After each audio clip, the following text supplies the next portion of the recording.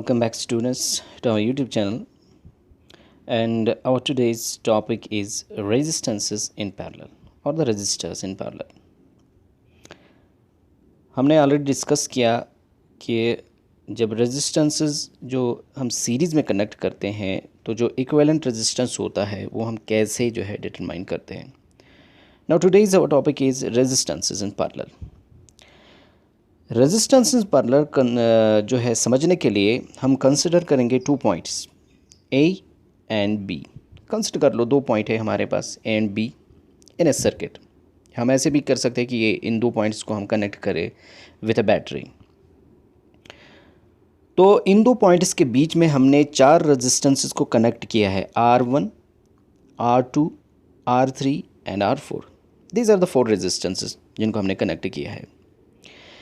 और ये चारों रेजिस्टेंसेस इस तरीके से कनेक्टेड है ए एंड बी के बीच में कि उनका एक एंड, जैसे आप यहाँ पे देख सकते हो A1 इज़ द पॉइंट जहाँ पे सभी रेजिस्टेंस का एक and R1, R2, R3 and R4 connected है.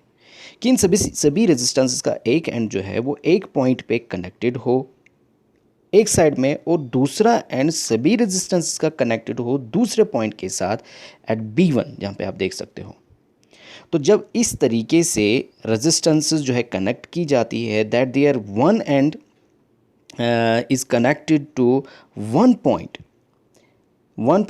and another end is connected to another point, so that the potential difference across each resistor is same and is equal to applied potential difference.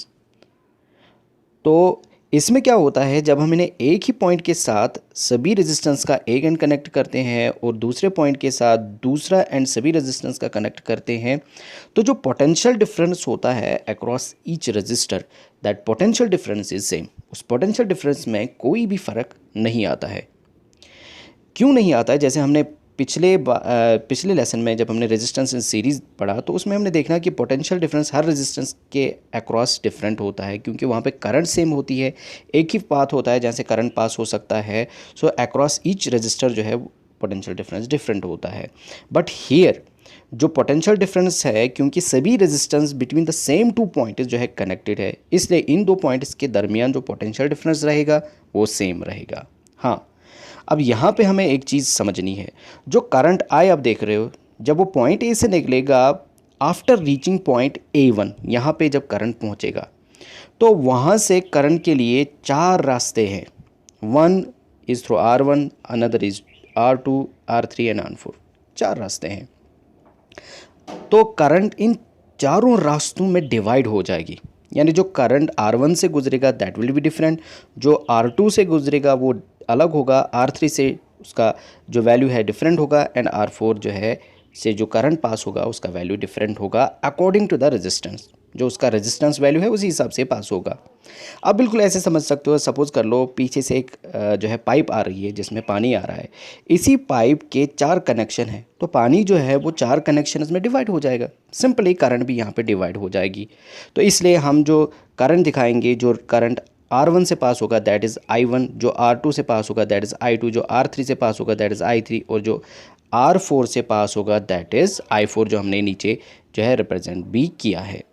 तो यहाँ पे एक बात clear है कि जो current I है, that current I will be equal to I1 plus I2 plus I3 plus I4.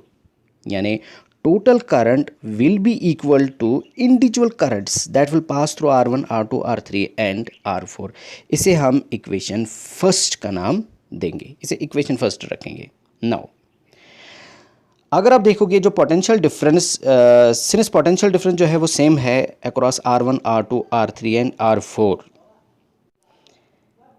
Applying Ohm's law, अगर हम इसके ऊपर ओम्स लॉ अप्लाई करेंगे तो रीअरेंज करके हमें पता है ओम्स लॉ कहता है V equal to I into R, इसलिए I होता है V डिवाइड बाई R. तो I1 जो होगा that I1 will be equal to I1 will be equal to V divide by R1. तो I1 जो है that will be equal to V divide by R1, क्योंकि resistance 1 से पास हो रहा है. I2 will be equal to V divide by R2 and I3 is equal to V divided by R3 and I4 will be equal to V divided by R4. This is the equation second. तो इसको हम equation second रखेंगे.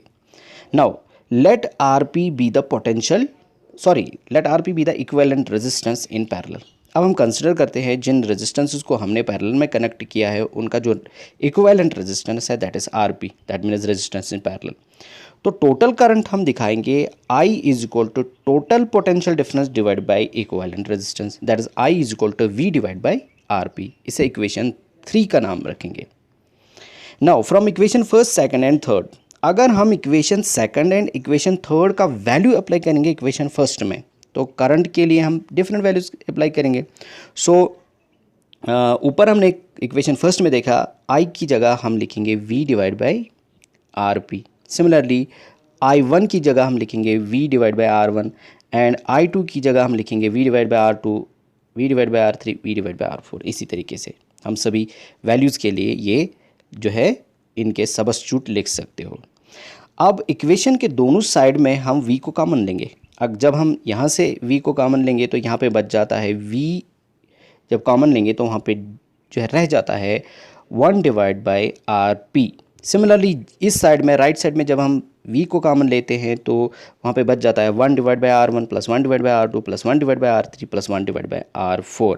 दस V और V जो है वो cancel हो जाएगा on both the sides of equation. तो हमारे पास बच जाता है 1 divide by RP is equal to 1 divide by R1 plus 1 divide by R2 plus 1 divide by R3 plus 1 divide by R4 and so on, जितने भी रेजिस्टेंसेस हमारे पास हो गए इन पैरेलल। तो जो RP है that represents the resistance in parallel. Now हमारे पास यहाँ से क्लियर हो जाता है कि जो रेजिस्टेंस इन पैरेलल होती है उसे हम कैलकुलेट कर सकते हैं as reciprocal of resistance in parallel. Equivalent resistance parallel is equal to reciprocal of resistance 1 plus reciprocal of resistance 2 plus reciprocal of resistance 3 plus reciprocal of resistance 4। तो अगर हम इसे कैलकुलेट करेंगे तो हम यहाँ पे क्लियरली समझ सकते हैं कि जो इक्विवेलेंट रेजिस्टेंस होती है in parallel that is always smaller than the any individual resistance, किसी भी इंडिविजुअल रेजिस्टेंस से वो से कम होगी। तो इस तरीके से हमने यहाँ पे जो है रेजिस्टेंसेस इन पैरेलल जो है वो एक्सप्लेन किया। आई होप कि आपको जो है समझ आया होगा। Thank you.